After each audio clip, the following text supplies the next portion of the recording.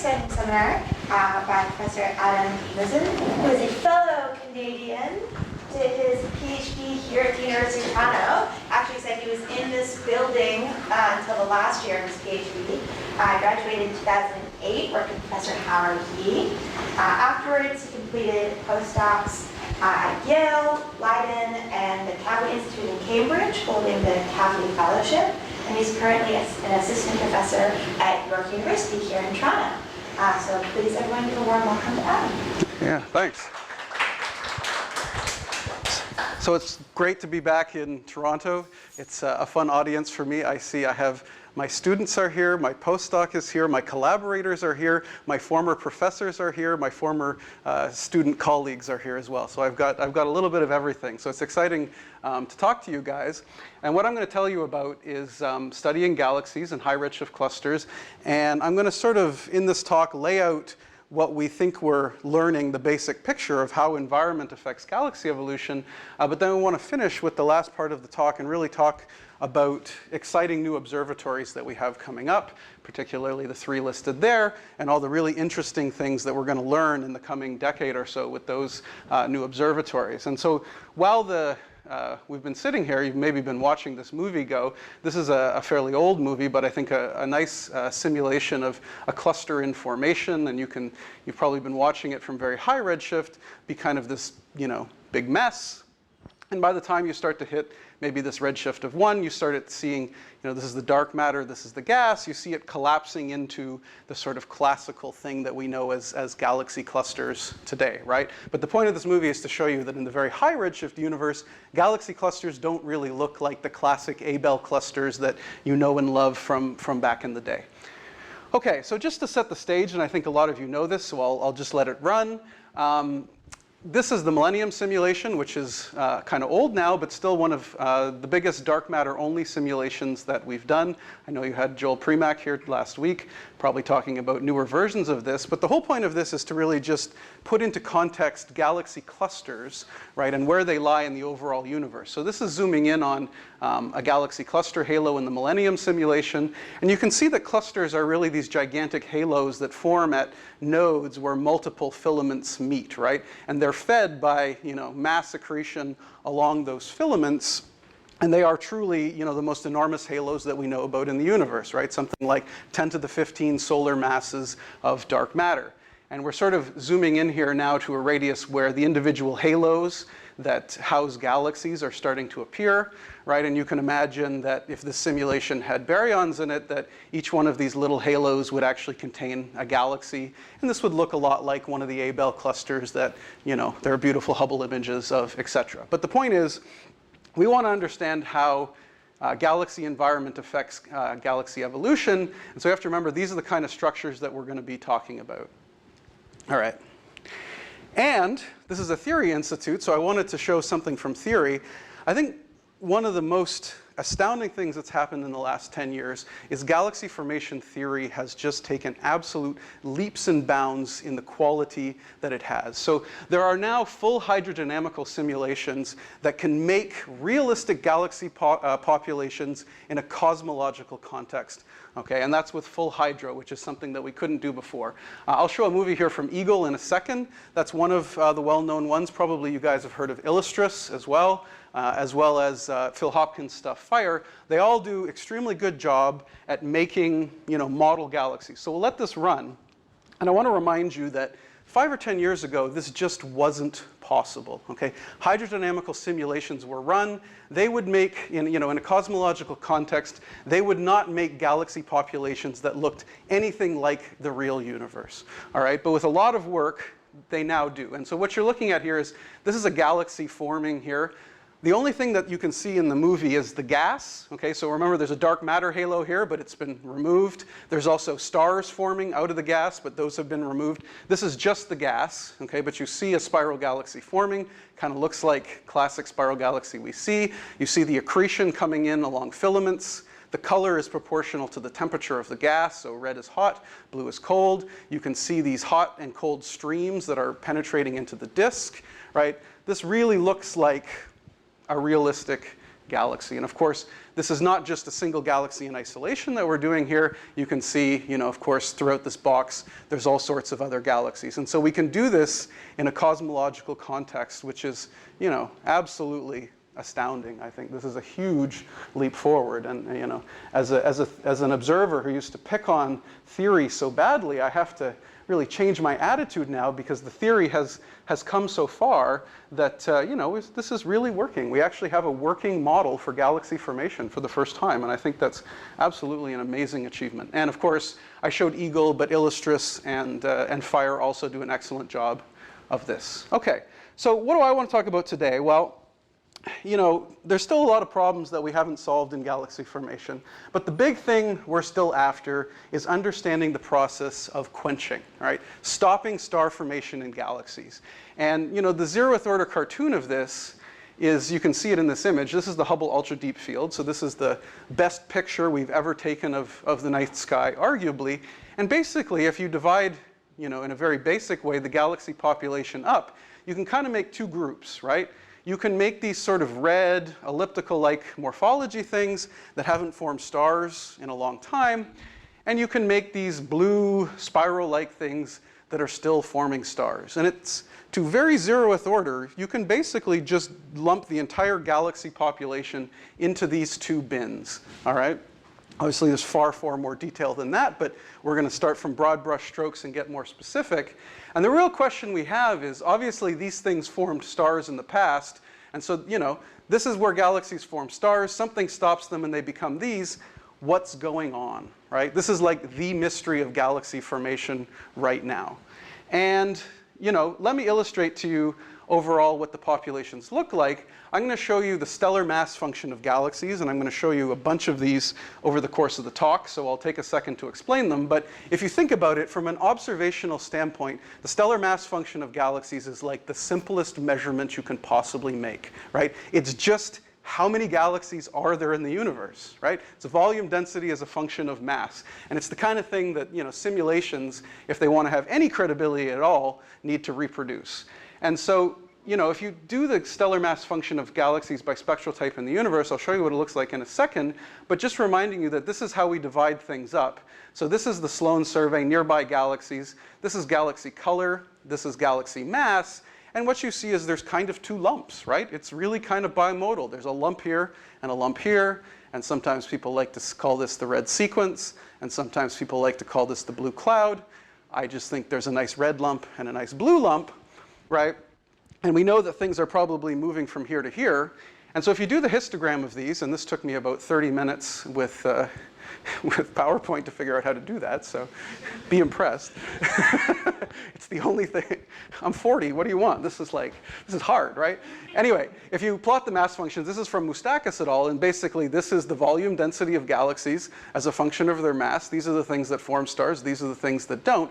And generically, what comes out of this is that the high mass end of the mass function is dominated by things that are not forming stars, and the low mass end is dominated by things that are, all right? And that's the local picture.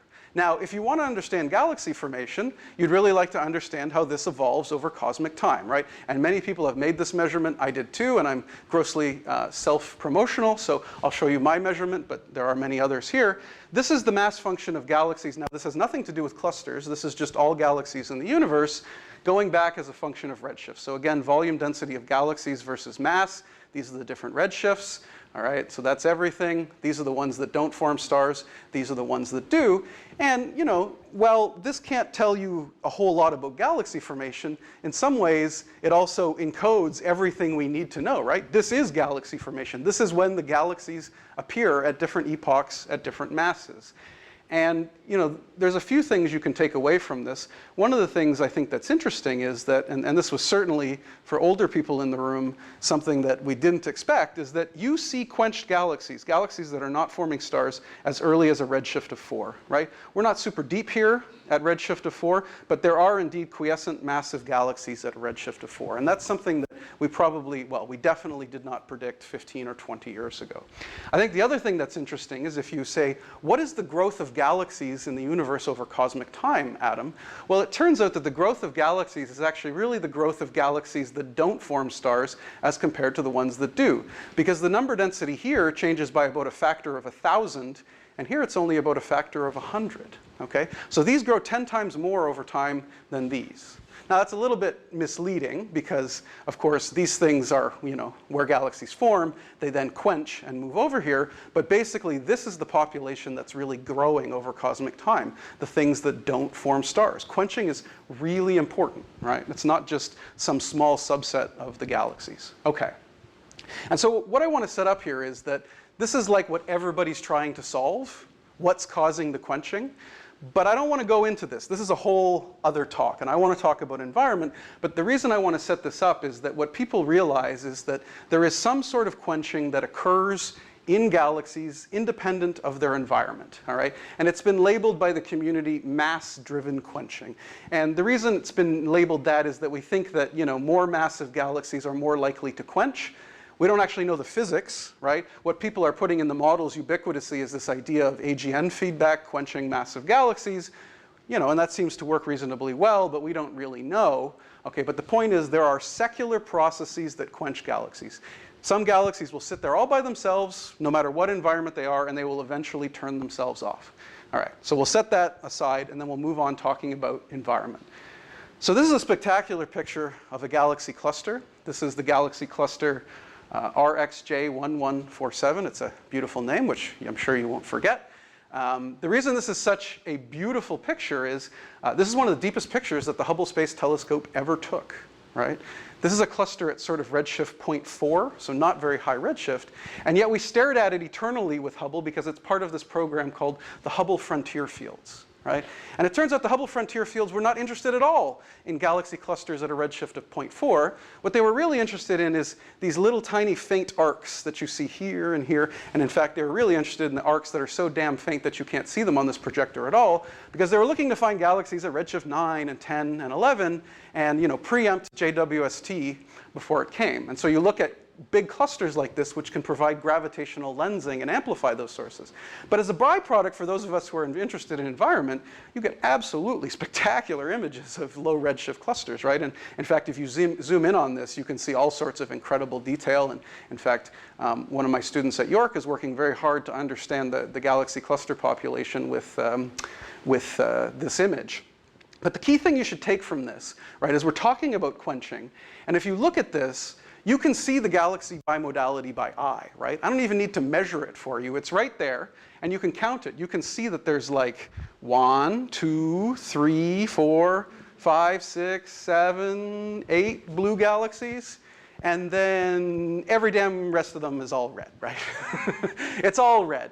So if you ask yourself, you know, the question of, what's the effect of environment on galaxy formation and evolution? Well, in principle, you know, we can just take it right from the picture, right? I don't even need to make any plots yet. You can see that environment is incredibly good at quenching star formation, right? There are very few blue things, and there are tons of red things. But we are scientists, or at least we pretend to be, so we actually make measurements, right? And so this is a measurement of Planck clusters. This is from my former student in Leiden, Remco Vandenberg. And what he did is he looked at, they went to the Planck catalog, and they picked out the most spectacularly massive clusters in Planck at sort of a redshift of 0.6, which for Planck is actually rather high redshift. And so they measured the stellar mass function. So we know this, right? I just showed you stellar mass functions of galaxies in the regular universe. This is now of clusters. So these are the Planck cluster mass functions here.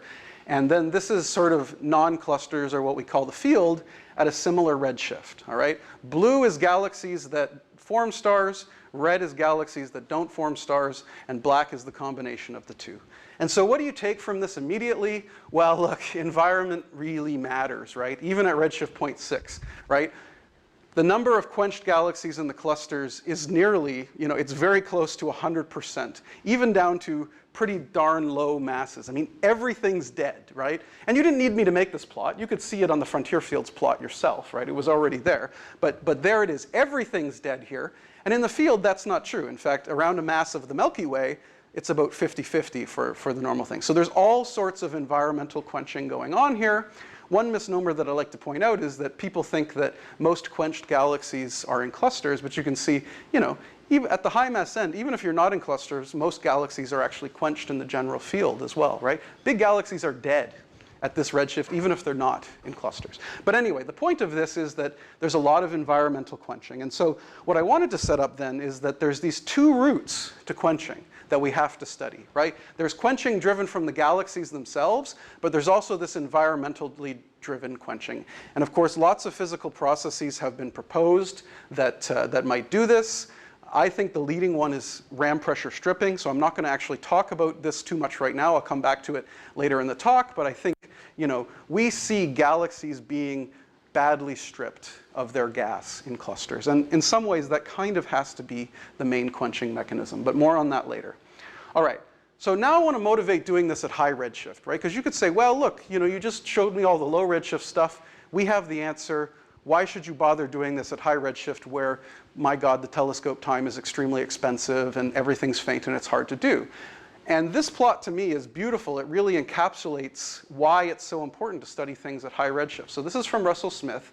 And what he did is he went to the Coma cluster, which is sort of the nearby really massive cluster, and he plotted the ages of the stellar populations of galaxies in Coma as a function of the two variables that I just argued really matter, right? Here's environment, or if you want, its distance from the center of the cluster. So this is the cluster core, this is far out.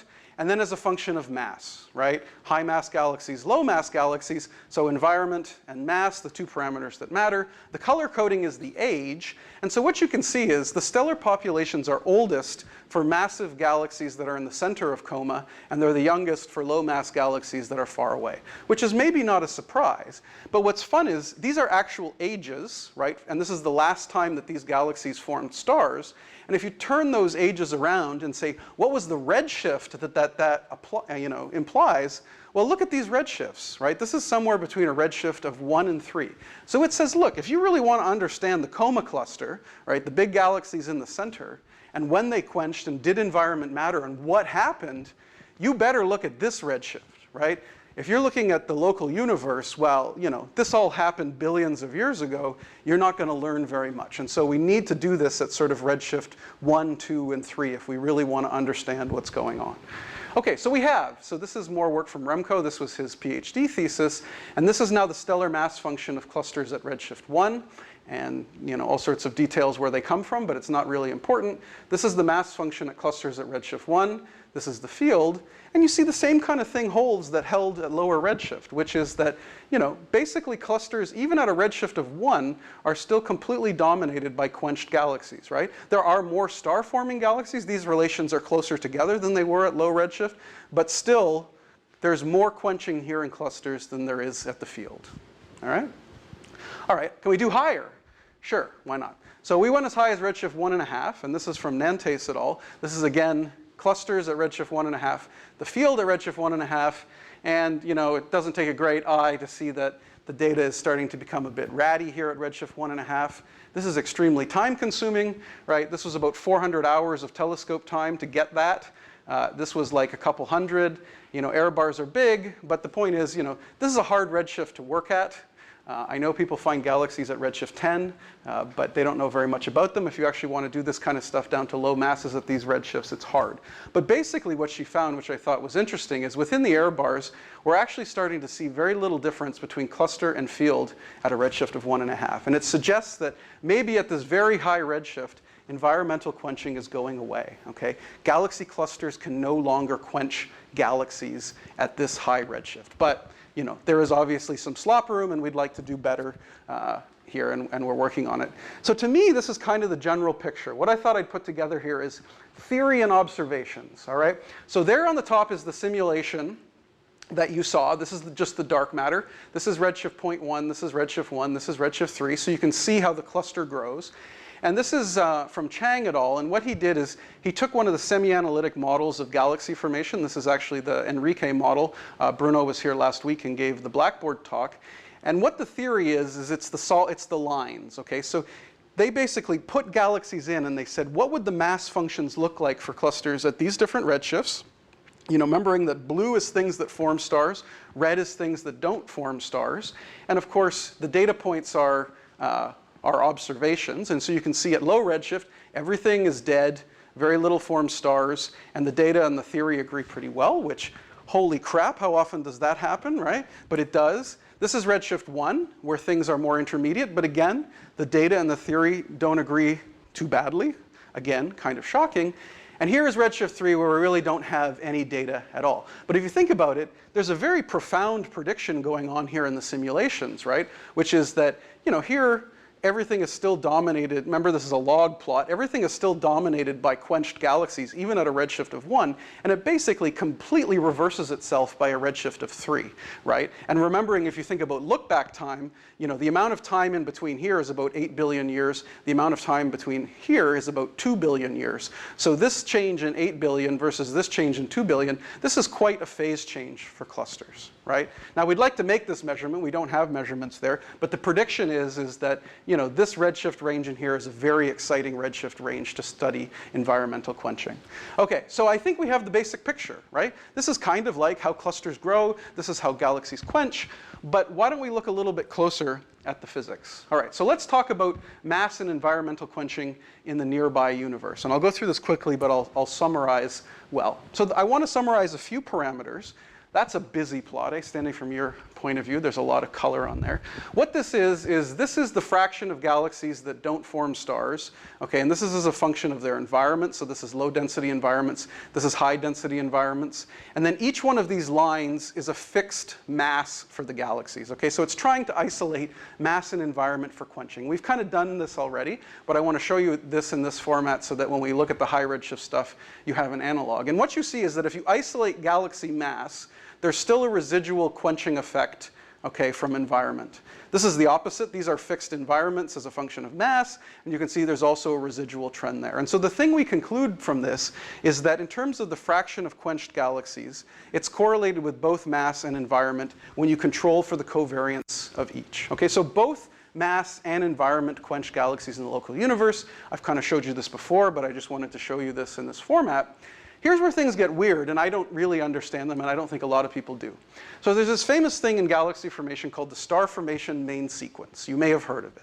This is the idea that you have galaxies that do form stars and those that don't. You take the ones that don't, you throw them away because, hey, who cares?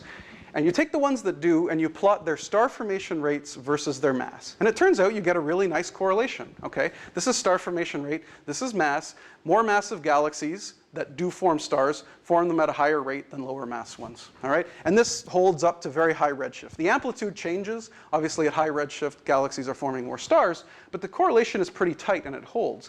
And what surprised me is this is low-density environments like voids.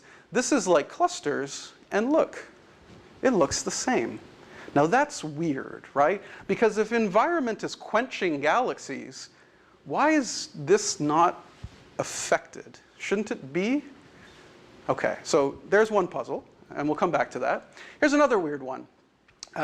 This is this parameter called D4000, which sounds very observational, and it is. But really, it's just kind of a measure of the age of a galaxy stellar population. It's the strength of the 4,000 angstrom break. Okay, so the stronger this is, the older the galaxy is. And so you can go to Sloan, and you can plot D4000, so sort of age versus mass.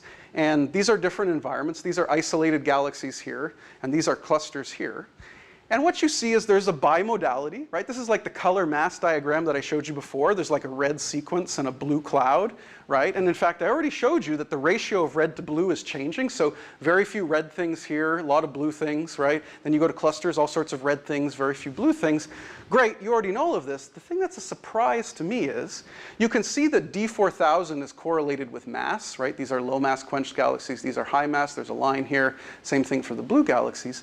But these lines don't change with environment, right? The ratio of red to blue is changing, but the position of the lines doesn't change.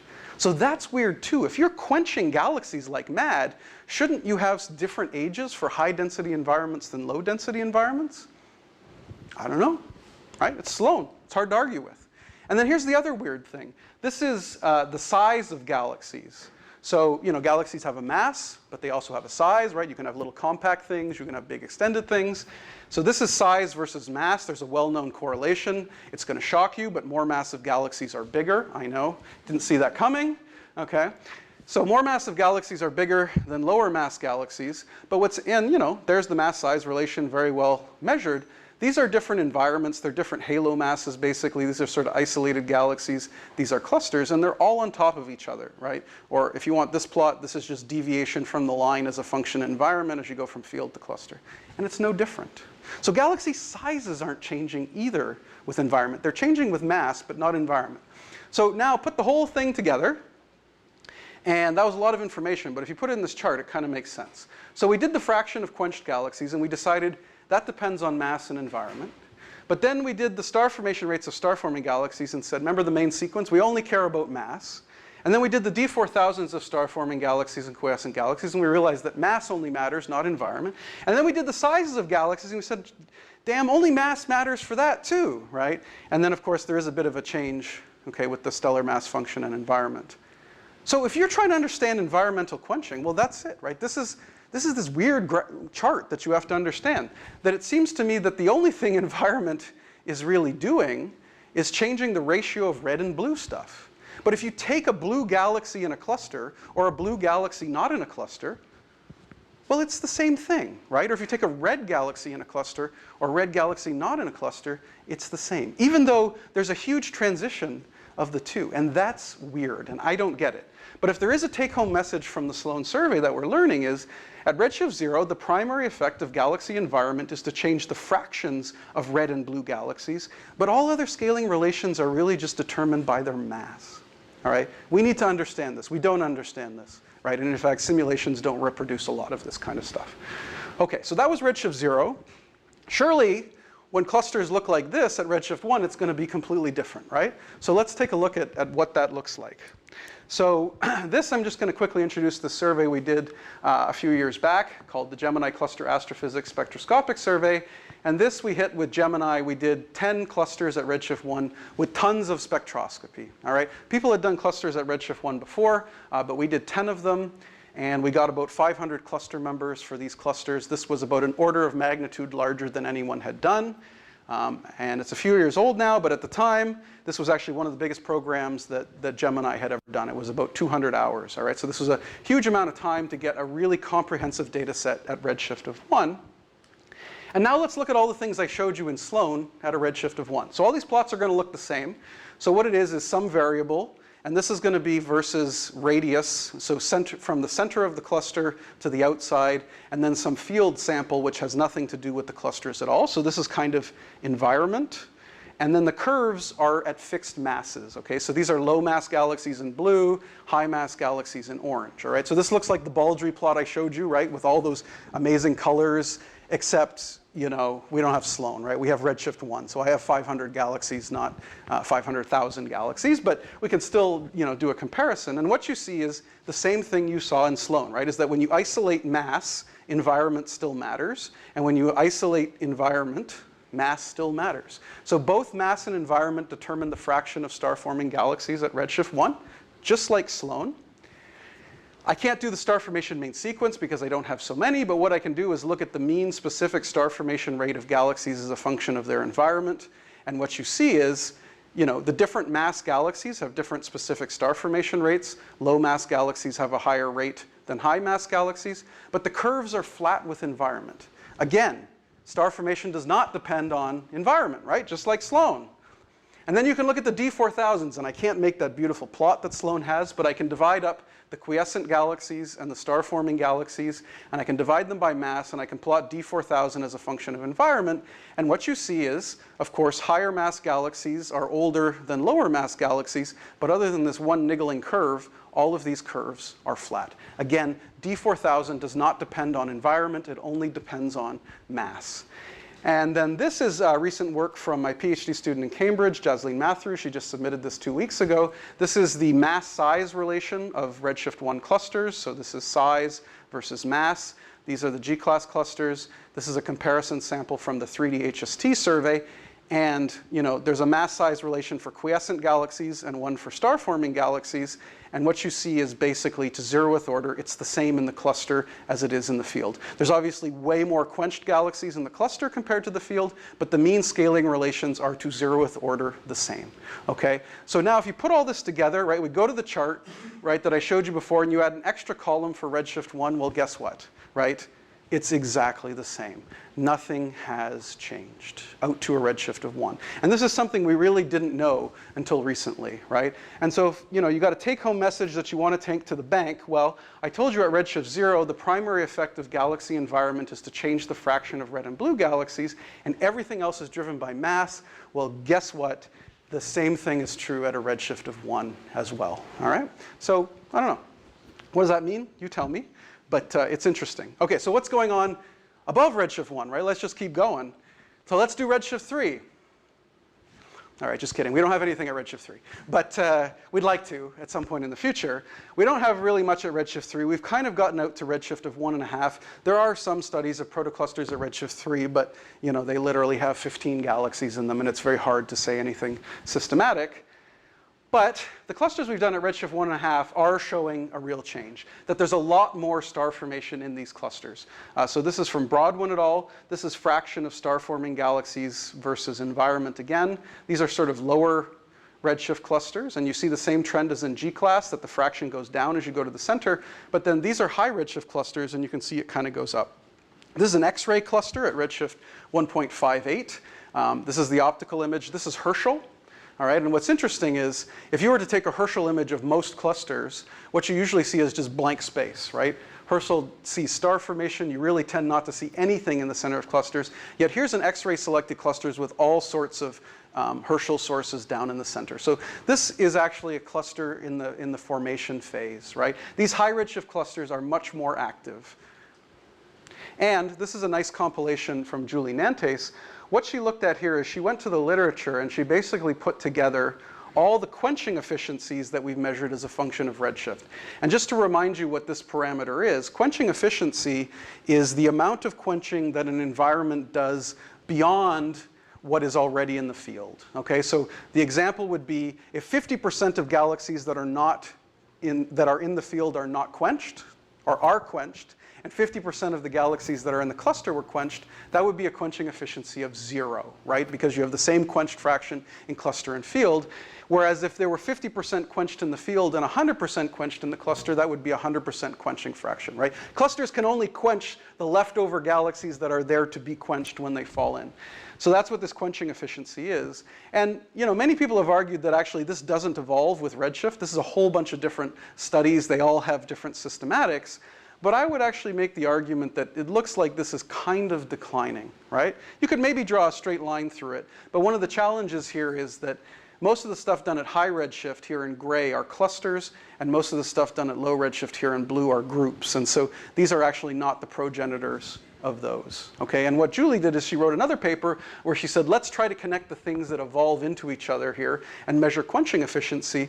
And this is rather dramatic, right? This starts at a redshift of 1, where you see, quenching efficiency is still high, and here it's a little bit lower, and then it seems to really fall off a cliff. And it may be that above a redshift of 1, we are running into that epoch when environment no longer quenches galaxies, right? It doesn't matter anymore that you're in a cluster. Now, there's a big error bar here and here. Maybe it only does this, right? And it's certainly not 0. It's 20%. But we may be reaching the redshift where the end of environmental quenching is happening. So we need to figure this out, right? We want to measure this. And basically, the only way we're going to get at this bad boy and really understand where quenching starts in terms of environment is with JWST, all right? That's the way we're going to do this. JWST, in order to look at this redshift, you really kind of need the mid-infrared. It's very, very difficult to do this from the ground, even in the near-infrared. So we are going to have to wait if we want to understand the very earliest stages of cluster galaxy formation. But let's leave that at that, and let's actually talk about physics, because, hey, why not? So what's actually the physics of quenching, right? And I think, back in the day, 10 years ago, we used to write all these proposals where we'd say, well, is it this or is it that? And we wanted money and we wanted controversy. But I think as the data at low redshift gets better, I think what's becoming ubiquitously seen and what must be true is that what we always knew, ram pressure stripping is really what's dominating the quenching of cluster galaxies. Okay, this is a beautiful image from Henrique Model. This is this very famous galaxy, ESO 137. This is an optical image. This bluey stuff here is Chandra. This is flying through a cluster. You can see all sorts of gas whipping off the back of this. This is a beautiful observation from Fumagalli from MUSE. So this is an integral field unit on the VLT. And it's the same, it's the same thing. This is Chandra, but this is H alpha. But what you can see in this, you can actually even see the kinematics of this, right? This is, red is red shifted, blue is blue shifted. And if you look, it's mostly red on the bottom and mostly blue on the top. So if you think about what's going on, right? This is a spiral galaxy that's rotating. And as it flies through the intercluster medium, it's being stripped, but you can actually see that rotation all the way out in the gas disk, right? It's like a vortex that as it rotates, it gets ripped apart, which I think is incredibly cool, right? So we're actually observing this stripping now thanks to 8-meter telescopes in incredible detail and really understanding how gas is being ripped off. And this is just the beginning. There's all sorts of programs using MUSE now that are doing this in more detail. So I'm going to let the movie run. But I think what I want to point out is it's kind of hard to get away from ram pressure stripping. And you'll see that there is just, this is just a slice of it, but there are probably 20 or 30 papers now that look at nearby clusters and find all sorts of galaxies like this, where there's evidence of stuff being ripped off, these galaxies. And if you look at simulations, everything that comes into this cluster, right? Remember, this is the gas, has a tail like this and gets stripped. Now, the thing I want to point out is if you look at the dates on these papers, these are all relatively new, right? We've all kind of had in our head that ram pressure stripping matters, but until we've gotten things like MUSE, and this is Galaxies and that kind of stuff, we haven't been able to see it so much. But basically everything you look at in clusters these days that is forming stars, if you look close enough, you see stripping. And that's also what you see in the simulations as well, right? It's really hard to get away from ram pressure stripping as the method that quenches cluster galaxies.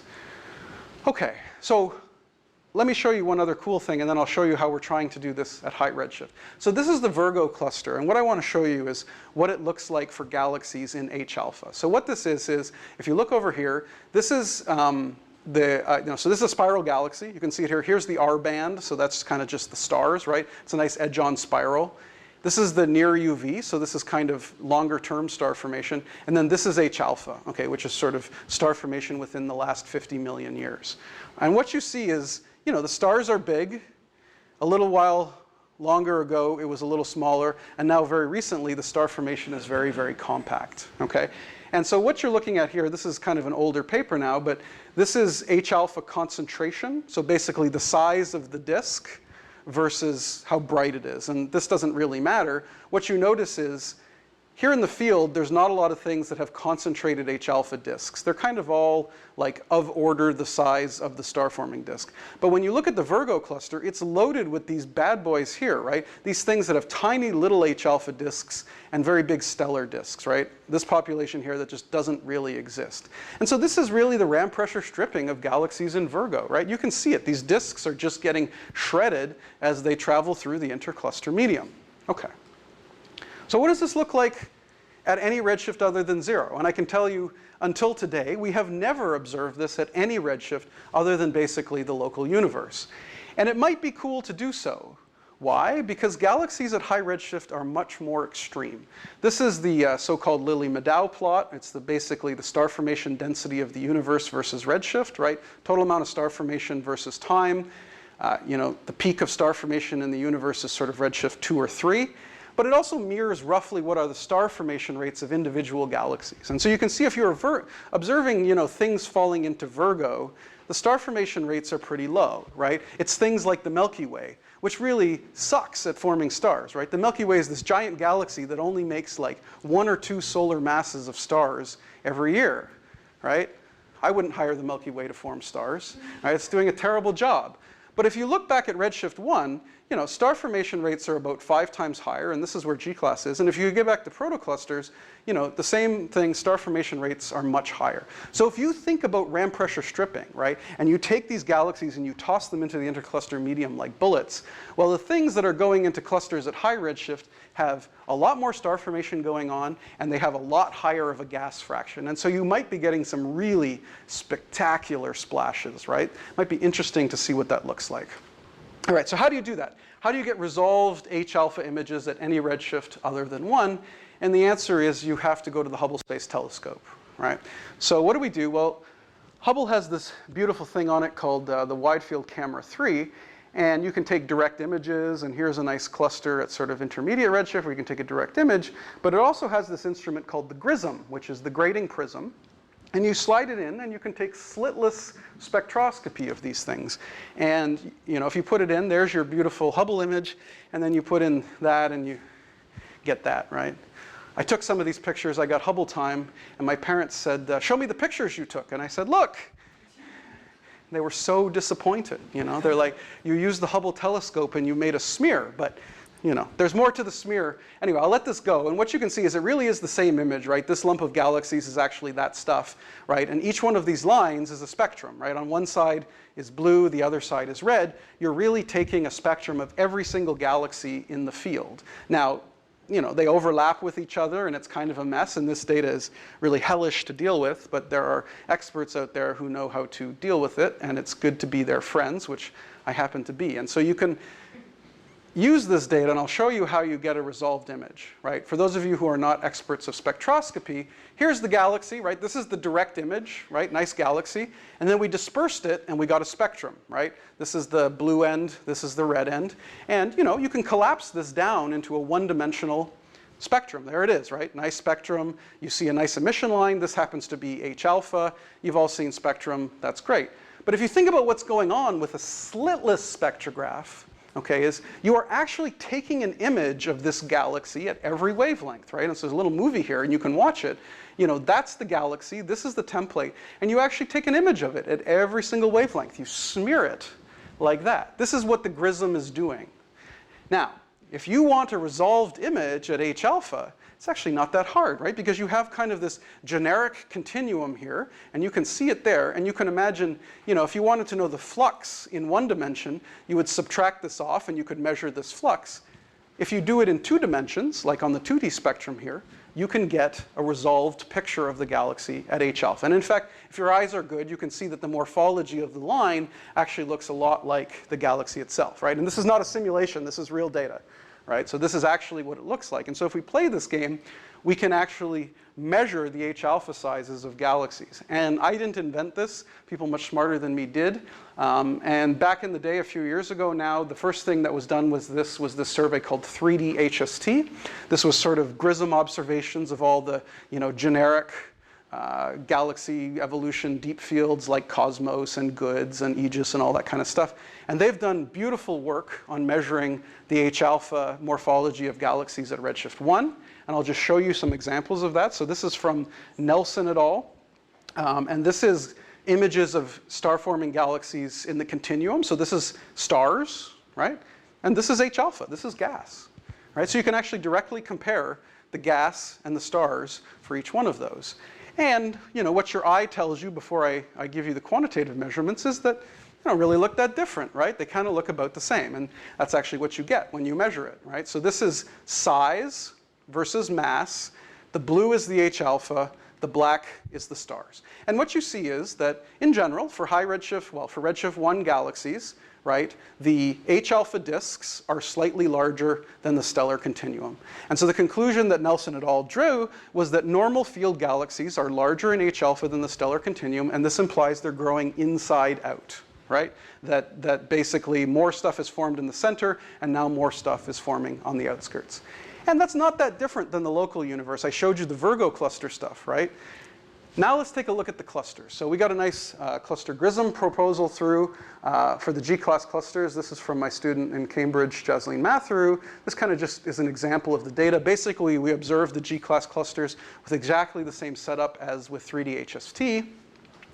This just kind of shows you this again, what it looks like. Here's a few examples of these things with H-alpha. There's the direct image. There's the 1D spectrum. You can see H-alpha for these things. And this just, as a reminder, shows you what we do, right? So there's the raw spectrum. Here's when we clean up nearby neighbors. There's not really any for this. And then you subtract off the continuum, and you have an H-alpha image, right? It's maybe better for this one. You can see there's sort of two components in the continuum. You can also see those two components in H-alpha. So we're really doing resolved H-alpha for these things. And this is still work in progress. This is the final paper of her thesis. But I can tell you that to 0th order, we're seeing exactly what we saw in Virgo, but we're seeing it at a redshift of 1. Okay, so here's the clusters. Here's the field. You know, this is stars. This is stars. And you can see that the H-alpha disks here in the field are much, much larger than the H-alpha disks in the clusters. Okay, so we are actually seeing ramp pressure stripping at a redshift other than 0 for the very first time with Hubble. And that's extremely exciting to me, right? And from this, we can actually calculate all sorts of things about environmental quenching at very, very high redshift. So I think that's very, very cool stuff. And yeah, cluster galaxies at redshift 1 have been ramp pressure stripped. Hey, not bad, right? Not bad at all. Pretty exciting. But this, to me, is just the tip of the iceberg, because what's coming, okay, is this amazing telescope called Euclid. And Euclid is going to take observations just like the HST GRISM, except Euclid is going to do 1/3 of the night sky. All right, so this just shows you an example of some of our observations. This is the direct image of one of the clusters. That was the spectra. So just to compare, HST, this was my little program. We got 180 cluster galaxies at redshift 1, and it took 38 orbits, right? Took a couple days, kind of expensive, but nice data. Euclid is doing 15,000 square degrees with near-infrared slitless GRISM spectroscopy. It's actually slightly higher spectral resolution. It'll be slightly lower spatial resolution because Euclid is a 1 meter and HST is a 2 meter, so it's a slightly smaller telescope, but you get a little bit better spectral resolution. But think about this. Within that area, there will be 30,000 galaxy clusters and approximately 1 million cluster galaxies detected in H-alpha, okay? So I'm crap at math, but I know that 1 million is a lot bigger than 180, okay? And in fact, I used a calculator and I found out that this is 4 orders of magnitude in number of objects, okay? Which, you know, may not sound a lot if you're young, but you know, you can ask the senior people in the room when in astronomy you get the opportunity to make a 4 order of magnitude jump in statistics, and guess what? It doesn't happen very often, right? Euclid completely changes this game. We are going to map star formation in a way that we have never done so before. The other thing that's really cool is that we are getting the TMT and the EELTs. And the thing it's going to give us is, it's going to give us a lot better spatial resolution.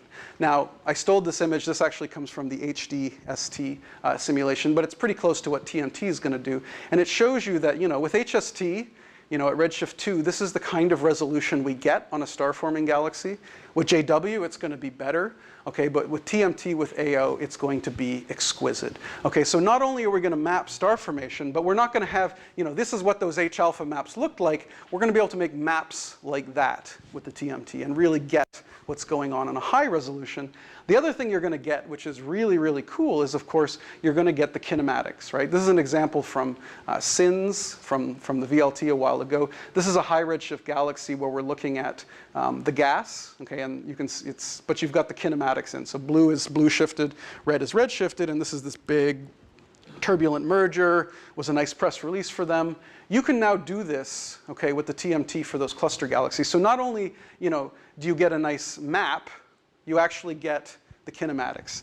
We won't quite get down to what we're doing at redshift 0 with MUSE, but we will be able to do those kinds of things, which is really exciting, right? Actually study the dynamics of ramp pressure stripping. I want to put a little advertisement in for this instrument called Gearmos. This is an instrument being built primarily here at U of T by Suresh Sivanandam. And this is an instrument that's going to be kind of a precursor for the stuff we're going to do with TMT. What Gearmos is it is a mouthful. It is a multi-object adaptive optics integral field unit infrared spectrograph.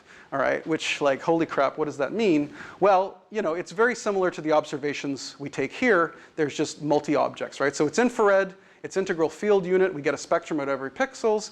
It does AO, so we get close to the diffraction limit of Gemini. But the key thing that's new with Gyrmos is that it's multi-object. So instead of like Symphony, where you do one galaxy at a time, Gyrmos will do 4 at a time. So 4 times more efficient of doing this kind of work. And it will be ideal for working on clusters. So it's going to be very exciting to do this kind of stuff.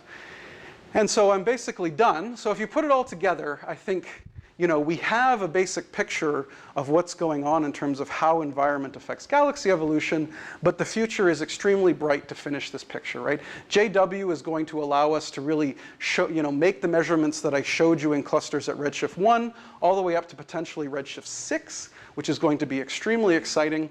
Euclid is going to completely change the game in terms of mapping where the star formation is versus the stars. And Gyrmos TMT and ELT are going to give us AO that gives us ultra high resolution, but also gives us kinematics to actually understand stripping at higher redshifts. And so, the timeline for these telescopes, well, maybe I shouldn't talk about the timeline for these.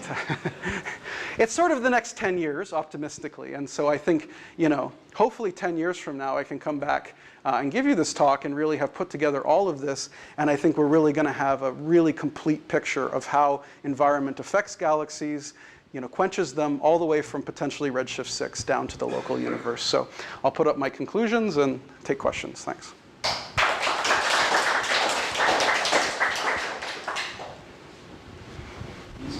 Disks, if you divide their mass by the star formation that you mentioned in galaxies, how long would the star formation take to deplete? Yeah, depletion times. So that's tricky. The thing you need for that is you need the gas masses, right? I mean, you have the star formation, you need the gas mass. And people are working on this. One of the things that I really loathe to leave out of this talk is ALMA, right? ALMA is another huge important picture of this. It's just, there are 50 minutes. But basically, so we've actually done some work on this. Alison Noble, who was a PhD student here, has published a paper, and she's working on a couple more of ALMA observations. And what she's finding out is that the depletion times in clusters are not really substantially different than they are not in clusters. It seems like our initial result is that they're maybe 20 or 30% longer, okay? And there's of order about a gigayear, so we're getting something like 1.3 gigayear depletion times at redshift 1, whereas the field is sort of still more at a gigayear. But we're still, I gotta say, it's very early days. We're working with samples of like 10 galaxies, and the field samples have systematics, and then there's this horrible parameter called alpha CO that makes us all just want to get on the roof of McLennan and jump off, right? Because you don't really know what the right alpha CO to use is. But as it stands today, it's sort of like a gigayear or longer, and not really substantially different between cluster and field. But you're going to want to wait a few years before that really settles down into something that you can put in the bank, I think. If you look at the metals in the gas in the cluster, you find a lot. Yes. So what's the thinking now? Is it coming from the ram pressure type of stripping, or is it the mass-driven type? Yeah, well, so I think the going idea is, and I'm not sure this all fits together in a coherent picture, but if you think about it, you think about a galaxy forming stars, there's fresh gas coming in, which is metal poor, and then the stellar populations are recycling as well, right? There's supernovas, and those are metal enriching them. So in a normal galaxy, you've got both things going on: cold gas, pristine gas accretion and recycling from star formation. The argument would be in clusters, you don't have that pristine gas accretion anymore, right? The cluster environment cuts that off. You may still be able to hold on some of that recycling, right? As long as that gas doesn't get blown up so far into the disk that it gets taken away from Rand pressure, if it really can kind of circulate in there, then you can imagine a scenario where you increase the metallicity of cluster galaxies more than non-cluster galaxies. But to me, that is still a bit controversial. And this comes from Sloan, and I worry about fiber size effects and all this kind of stuff. But that's the going idea of why you would get this metallicity difference between star-forming galaxies in the cluster versus not. Well, I didn't ask my question. Oh. I was actually interested in the inter. Oh, the metals in the ICM. Yeah, there's tons. Yeah, tons. Yes, there's tons. But, as long, as long as there really is this, and in fact, people have picked up on this and written a few cute papers. I mean, we think feedback at high redshift is massively powerful, right? In fact, all of these simulations have feedback like turned up to 11 in order to stop gas cooling and quench galaxies, right? It's just, Eagle and Illustris, it's just cranked. And if you think about that, that means you've got gas coming in and the feedback just blows everything away. Right? And if you think about being in a cluster, then it's very easy to put all of the metals that are in the galaxy into the cluster. Now, in terms of the cluster actually being more enriched than the galaxies itself, that's an interesting question, and I'm not sure. So I think that's what people find generically, but you have to recognize that there's a wide range of galaxies in the cluster. You're only measuring the metallicity of the ICM in the highest density part where you see it in the X-rays. So I think there's a lot of accounting you need to do to make sure that it all works out. But I don't think it's very hard to blow gas out of the galaxies into the intercluster medium. So you started off by endorsing simulations as being really great. Yeah. As you just discussed, you get gas out of galaxies, it's kind of hard for simulators. And so they have to push it pretty hard. Yeah. Whereas in most of your talk, you didn't mention the word AGN or supernova winds or whatever. So can you see any observational effects of the things that the simulators are using to get the gas out there? You saying it's In terms of AGN, you mean? Yeah. Or in terms of? You Well, say that it's all done by just ground pressure, which would be great. That's well, in terms of environment, okay, so it's a loaded question, but I like it. So in terms of environment, remember that the simulations at this point, Illustris, Eagle, Fire, do not do volumes big enough to have clusters. They have like a couple groups in them, but right now they're kind of stuck at small volumes. And so, environment works on the group scale. But in general, I think what I'm talking about here with environment and clusters is quite a different regime than what's going on in Illustris and Eagle, right? Those are all, 95% of those galaxies are centrals, in sort of intermediate mass halos, and yes, you need the feedback like cranked in order to make that work. What's going on with clusters is a different thing, which is that there is all this ramp pressure stripping, and there are Yannick Bahe and these hydrangea things. There is work being done now to try to simulate the clusters. What they're generically finding actually is that the simulations quench the living hell out of the clusters to a point that it's unphysical. So a lot of these hydro sims of clusters, everything's dead, right? It's just dead as a doornail, and that's. There's a lot of quenching in the clusters, but I showed you, like at Redshift 1, it's kind of like 50-50 star-forming galaxies and not. Whereas if you went to hydrangea, it'd be close to 100% quenched, right? And so there is something to work out there with the simulations, and I think, it shows you that there's a major problem there, that the feedback you need to get normal galaxies quenched is way too powerful when you also add in environment. It just crushes everything. And so there's clearly a problem that needs to be resolved. But when I was singing the praises of simulations, remember, look at hydro sims from the early 2000s, right? I mean, it's just it doesn't even look anything like galaxy populations, right? You just form these little nuggets that are completely blue, and the stellar mass function is a power law. It's not a Schechter function. I mean, the change from early 2000 simulations to what we have now is like a phase shift. There's a lot of work to be done, but I want to give credit where credit is due. It's a big improvement. Any